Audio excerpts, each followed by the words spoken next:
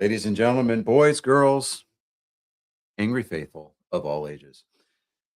It's episode 270 of Nerd Sports, and I'm here for a change. Uh, welcome. We are here to delight your ear holes and I don't know, maybe make you something of your souls at some point during the next 30 to 45 minutes because this will be an abbreviated episode this evening because today is my 4th wedding anniversary. And I'm here with you people. That's how Yay. much I like y'all. Colin is here. He stepped out for just a second. In fact, here he is. But we are going to, as usual, turn things over to our esteemed producer, David Dickerman, albeit very briefly for this week's Weird Sport. So please, David, take it away. This was interesting because hold on. There's the mic. Okay. Basically, it's bodyguard jujitsu.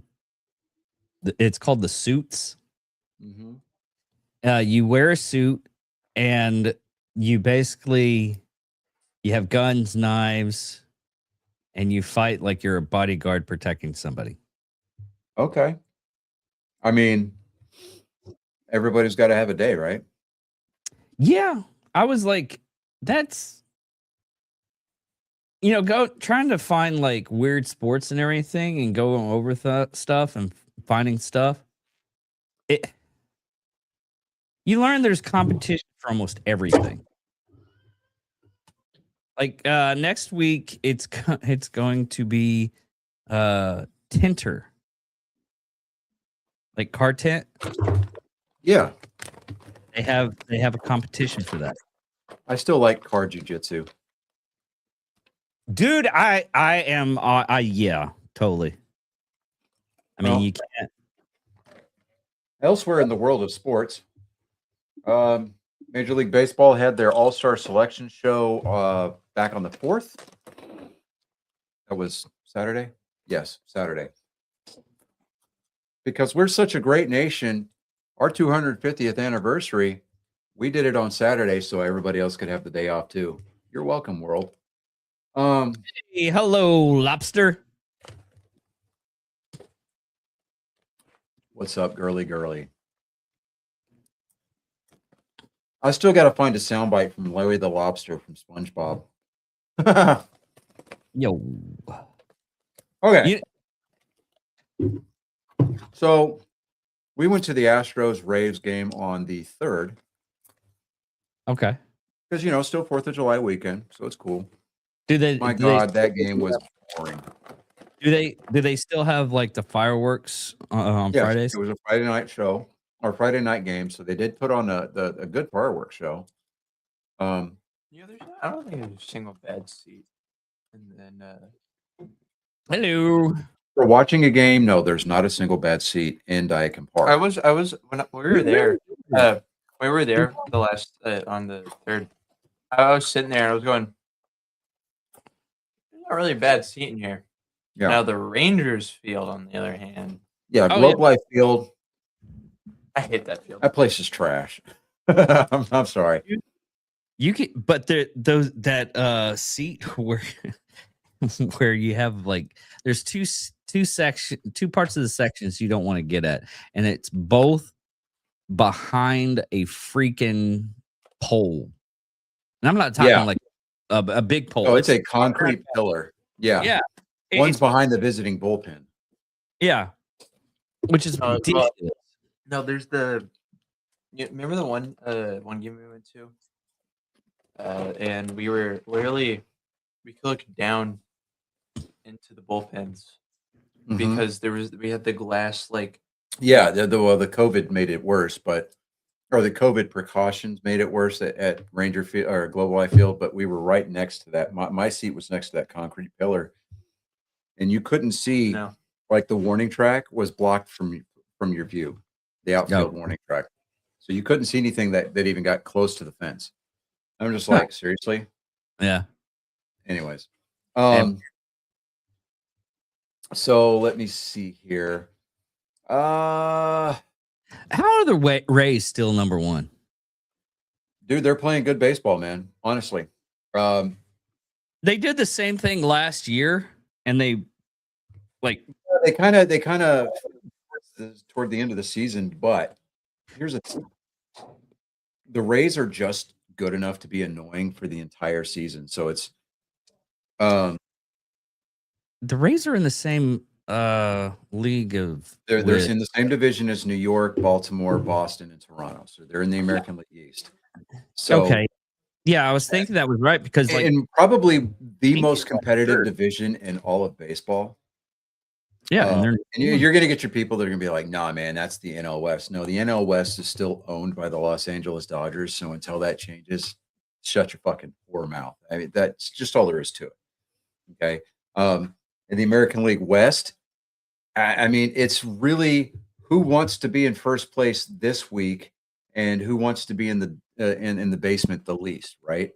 yeah. Um, Because right now, Obviously, that doesn't apply to the Angels because I mean they've got a stranglehold the last few seasons running over the basement in that division, and it's certainly not the American League Central. Oh my God in heaven, no!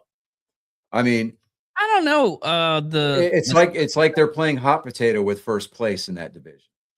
Well, okay, hear me out on this. It is kind of like neck and neck, but surprisingly, Sox are actually doing pretty damn decent. The White Sox, yes, they are. Yeah, the White Sox. But Sorry, Johnny, what? for my discretion. I like Don't hit me. But when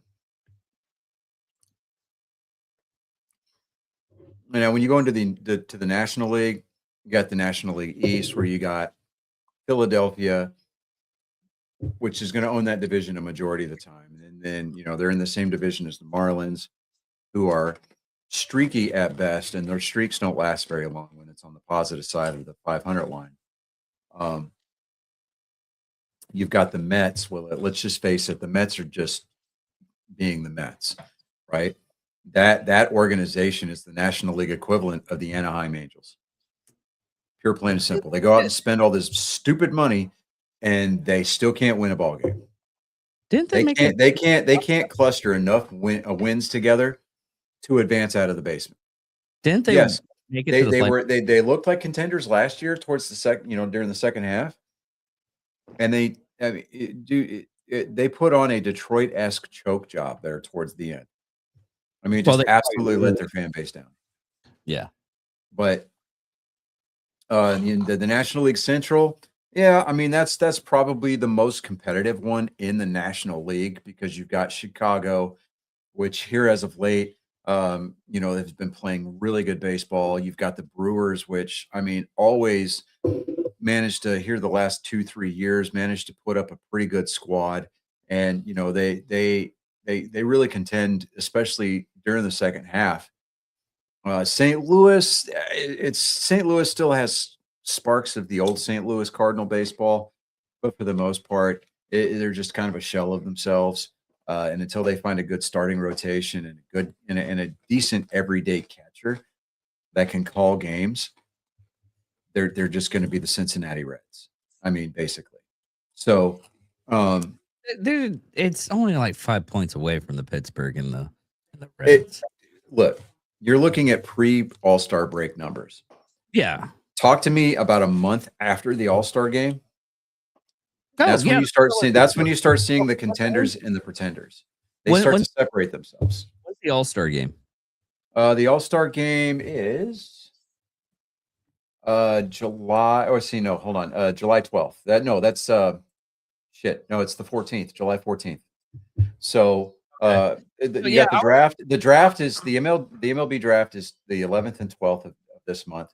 You got the Futures game, which is the 12th, the Home Run Derby, which is the 13th, and then you've got the All-Star game itself on the 14th. So give me about three weeks to four. Give me 6 weeks after the All-Star break is over, and then you can start looking at these divisional standings, and you're going to start seeing who's going to make who's in position to make a serious push for a playoff spot, and then about a month out, you're really going to start seeing that playoff picture really Yeah, start to cement itself into reality. yeah, we were And talking about it last week. It was like I was talking about mid August is baseball's yeah, December. yeah. Really. So, so, but no, am I delusional thinking my Red Sox are going to make the playoffs? No, I'm not. They're not going to go anywhere. And to be completely honest, I'll be happy. I'll call the season a success if they finish in third place or even fourth place. Just as long as it's not last place in the division. I want them to at least sniff the 500 line this year. Uh, I just you start to see little sparks of what if from the Red Sox. I mean, they sweep the Yankees at Fenway Park, and then they lose 2 out of 3 against the Nationals, the Washington Nationals, right? And then they go out west. They were playing the they were playing the Angels. As a matter of fact, I think that was supposed to be just a 3-game set. I think they're actually off tonight. Yeah, I think. Hold on. No, they are. No, they're not playing until tomorrow, so they are off today. They're going to be in Chicago next, playing the White Sox. But so today's a travel day. They sweep the Angels, which if you don't sweep the Angels, I mean, really reevaluate your roster. And as a matter of fact, start looking at look at the front office, look at your general manager, look at your president of baseball operations, look in those camps, right? Um, but yeah, I mean, mid to late August, you're really going to start seeing the pretenders and the contenders start to separate themselves, uh, and then you're going to start to see whose team is going to be the play the role of the spoiler, right? Who's going to be that thorn in the side of the team trying to secure a higher seeding or win a division title versus another team within the division, right? Uh, Mhm. Teams like Boston who have no shot at the playoffs go out there and be a pain in the ass to everybody in baseball. Be just good enough to win a few games, get close to, if not past the 500 line, and then go from there, I mean, right? they did beat the crap out of the Yankees, so I mean, they should, yeah. I mean, they that's embarrassed. Well, now you're going to get your haters. They're going to be out there like, well, they didn't have Aaron Judge. That's great. They still don't have pitching right now. Yes, they've won their last couple of games, but I mean, is New York going to probably end up, making the playoffs? Yeah, they most likely will. Would I like to see the Rays win the division? Yeah, I would, honestly. Just because I think that the Rays have a good ball club. I do. Um, I mean, I got to watch them play uh, during the series they were here for in Houston over the weekend. They won that first game. They lost on July 4th, 10-8 with because of that walk off hit by Jordan Alvarez in the bottom of the ninth. But they've got a solid club and they're pitching. There's something in the water down there at Tropicana Field where the front office just knows how to build pitching. They know how to scout it. They know how to draft for it, and they know how to develop that pitching through their farm system. And they get a lot of homegrown guys coming up through to the big league club, making almost an immediate, lasting impact over the course of a 6-month season. So, I wish that Boston had a little bit of that magic. Obviously, I mean the offense is okay. Defense is what's hurting us. Uh, I mean, the fourth game of that 4-game series against New York in Boston, we had the lead going into the ninth, and 2 defensive errors tied the game and gave the Yankees the lead, right? Boston managed to come back and tie it in the bottom of the ninth, and then, go ahead and walk it off in the bottom of the 10th. But still, that game should have been won in regulation. Right. But, and it is what it is. So right now, let's see here. The US and Belgium are, I think they're still, 1-2. no, I think they're still at half, maybe.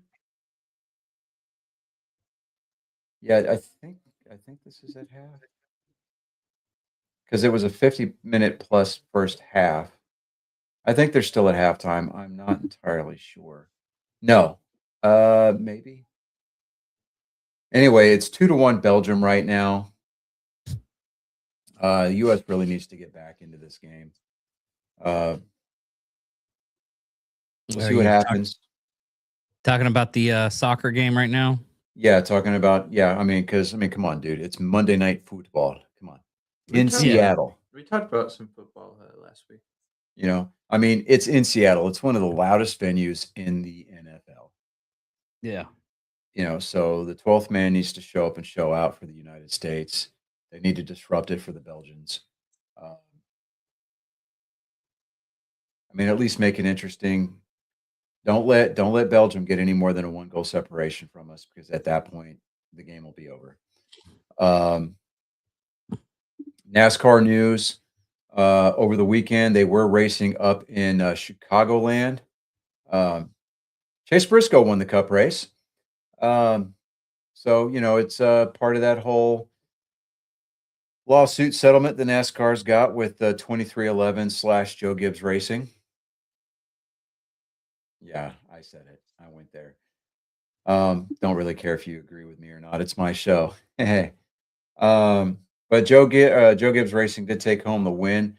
Chase Briscoe, the aforementioned winner, with a .276 win margin, led for 51 laps, followed by Christopher Bell, Denny Hamlin. So yeah, see, you can't tell me that something's not the fix wasn't in, and the fix isn't going to be in for the rest of the season.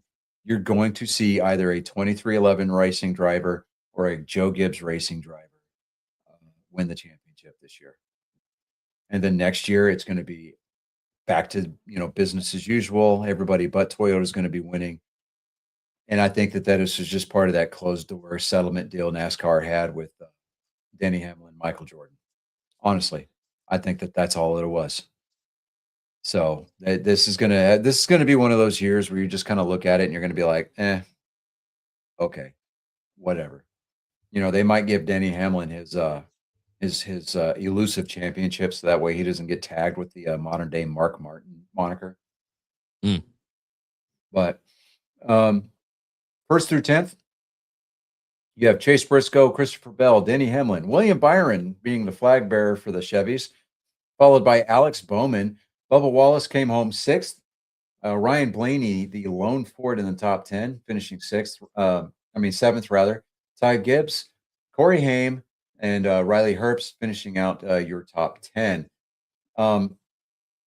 Toyota had 7 of the top 10 finishers. You cannot sit there and tell me that something is fishy, right? It just doesn't pass the sniff test. You don't have a single manufacturer ever during the ebbs and flows during the history of NASCAR that have dominated like this, with the exception of Ford 1 year, and they choked at the end of the season. So, but 11th through 20th, you've got Chase Elliott, Joey Logano, Austin Cindric, Daniel Suarez, Eric Jones, Todd Gilliland, AJ Allmendinger, Ross Chastain, Chris Buescher, and Ty Dillon. 21st through 38th, you've got Brett Keselowski, Carson Hocevar, John Hunter Nemechek, Austin Dillon, Shane Van Gisbergen, Ricky Stenhouse Jr., Noah Gragson, Zane Smith, Michael McDowell, Cody Ware finishing 30th, Cole Custer, Ryan Preece, Josh Berry, Kyle Larson with a rough day, JJ Yaley, Tyler Reddick, Austin Hill, and Connor Zilich. Next week, we are going to survey says nothing.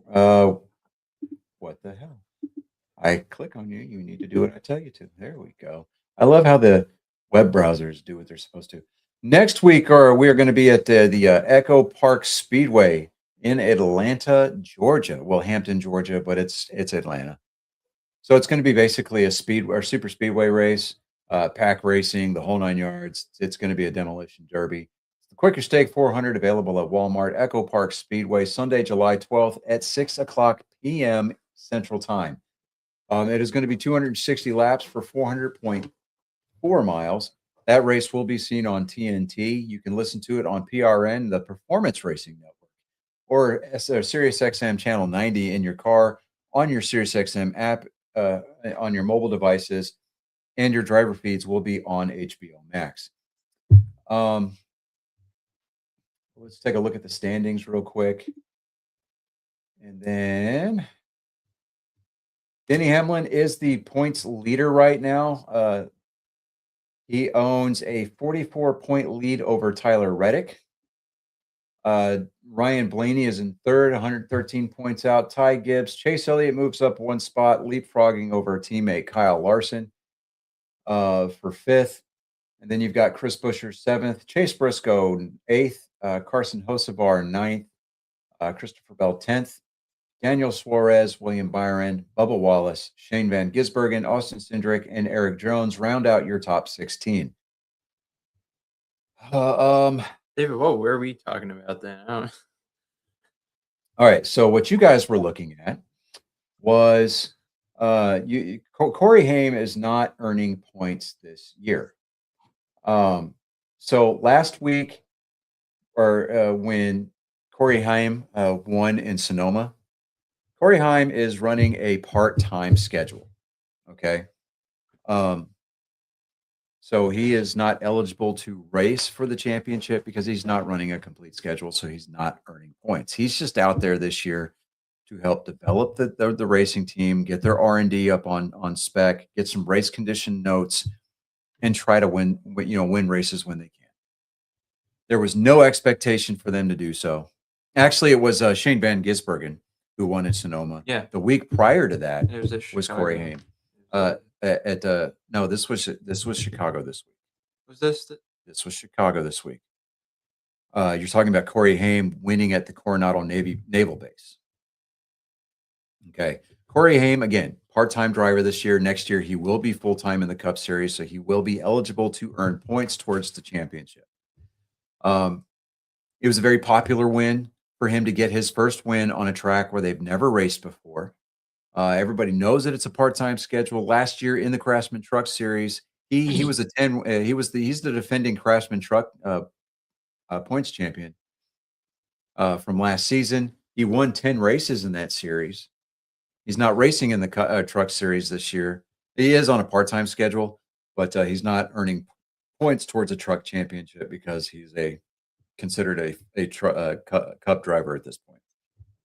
But last week with Shane Van Gisbergen. Fuck. Go ahead. Sorry. I'm guessing Belgium just scored again. Yeah. Well, 58th minute. There's still time.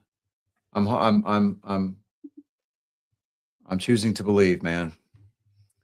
And if not, and if the U.S. is bounced out this tonight, you know what, man? At least it wasn't England. I'll tell you something. The men's U.S. men's team had something to prove. They didn't even qualify for the last World Cup. Okay. Yeah. They have surpassed expectations by a long shot.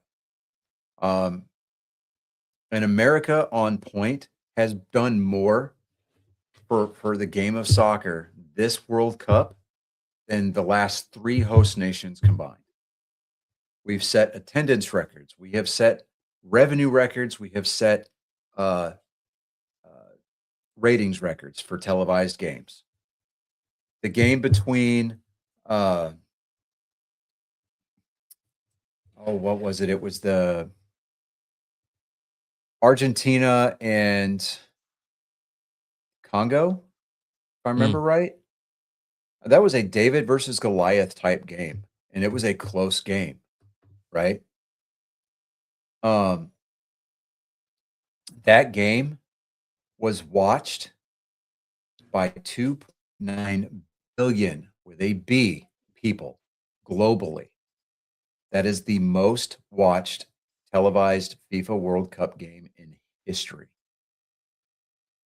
That game had more people watching it than our Super Bowl. Yeah. Okay. So we can make jokes all we want about the game of soccer. It is a beautiful game. It's not the national pastime, nor am I trying to make an argument for it to be.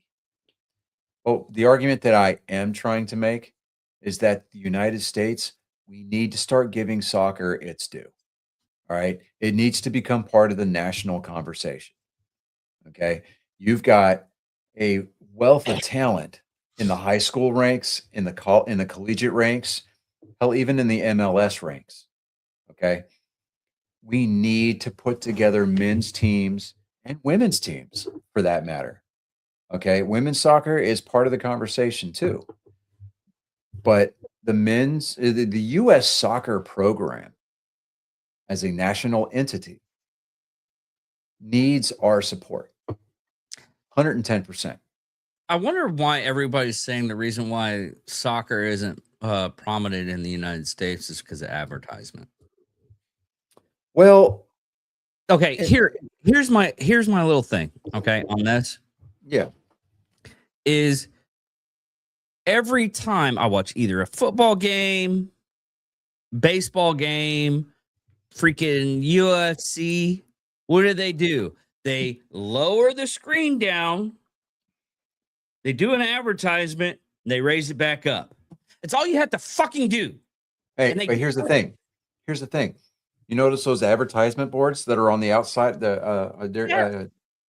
They do that. Okay. Yeah.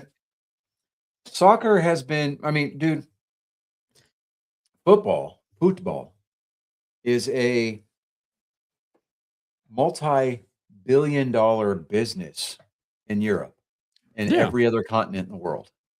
Okay. They don't do the picture-in-picture shit. They televise the matches. They get their hydration breaks. They get their halftime breaks. And they've got the advertising boards that go along the outside of the boundary markers. And it works. Expensive. And it works. Okay. It has to work because of the size of the contracts that those players get. It has to work. Okay. American TV has now proven that style of broadcasting can work because viewership in America alone is 4 or 5 times higher, I can't remember which, than it has been in previous World Cups, to include the one that we hosted back in the 90s. Okay. So the idea that we're better than this game, I think it's a little archaic. I think it's a little used up, and it needs to be put out to pasture. And I say that as a baseball loving fanatic. Okay. Huh. But I think that we as a country, our media needs to do better as it relates to this game. Because if we can bring more popularity to this game, more mainstream attention to this game, not this game that's currently happening, but I'm talking about the game as a whole, I think that we'll be better off for it. And we'll be more competitive on the international stage. I might actually watch a couple of games. We won't have to hear things like, well, who's the GOAT? Cristiano Ronaldo or Lionel Messi? Nobody fucking cares. I mean, they do in the right circles, but we need to be a part of that circle, and we need an American to be part of that conversation. I know that for a fact that whatever sport that there is, the next Tom Brady is somewhere out there playing pee wee football right now. Okay. The next Ted Williams, or the next Nolan Ryan is out there playing little league baseball right now.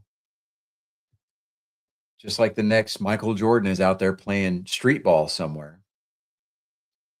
Next, David Beckham. Yeah, the next David Beckham is out there. Okay. Or Alexi Lawless, American football, American soccer star. Yeah. Anyways, They're out there and they're out there and they're playing these sports. They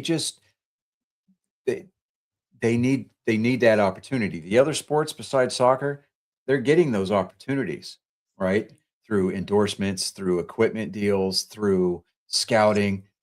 We need to put those same type of resources into the game of soccer and bring it more to the forefront as opposed to just sitting here and going, okay, this is our time to shine because the whole world's looking at us. Hide your kids and Walmart receipts. We are who we are, right? That's not going to change. But what needs to change is our attitude towards the game. And if soccer, I believe, becomes more of a mainstream sport in America, as a culture, we're going to benefit from that. That's all I'm saying. Yeah. Well, there was one sport this weekend that we forgot to cover. Joey Chestnut did it again. Joey Chestnut, the GOAT. The GOAT. 66 hot dogs. And he choked out a protester mid-bite. Fuck yeah, that was hilarious. I think he could have done he could have beat his record if he didn't have to choke out that protester. Like literally, he threw one arm around dude's neck and slung him down while throwing a glizzy down his throat. That's what it's about right there, dude. Yeah. But ladies and gentlemen, we're coming up on the 33-minute mark. So I want to thank everybody for tuning in for this very brief, abbreviated show. I believe next week, David, you're going to have to do this show on your own unless unless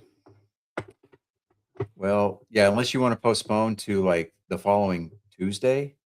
Mm-mm. No? Yeah, we can do Tuesday. We leave that day. We leave that day? 14th. 14th. That's right. The 14th is Tuesday. So no, we will do Monday the 13th. That's right. My oldest stepkid's getting married on the 13th. Oh, okay. So, it'll be fine. We'll do an abbreviated show that night too. I will be here in studio, so we'll call in. But we'll get next week's show. Same bat time, same bat channel. Okay. So sorry for speaking out of turn there, guys. But anyways, we digress. Thank you for tuning in for the 270th edition of Nerd Sports. We're going to get it figured out one of these days where we're going to have an actual format where we have to do actual live reads, where our application becomes our vocation. That would be nice. In other words, our hobby pays for itself kind of a situation.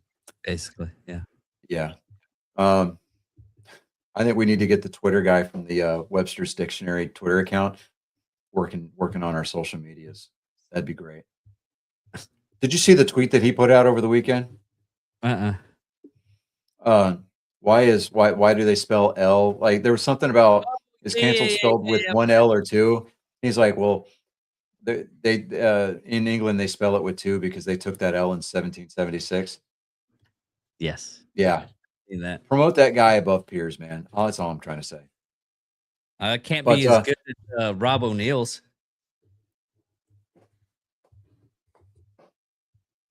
Let me get the thing for this. The Palestine News Network called Rob O'Neill pussy. And the readers added contents they thought might want you to know.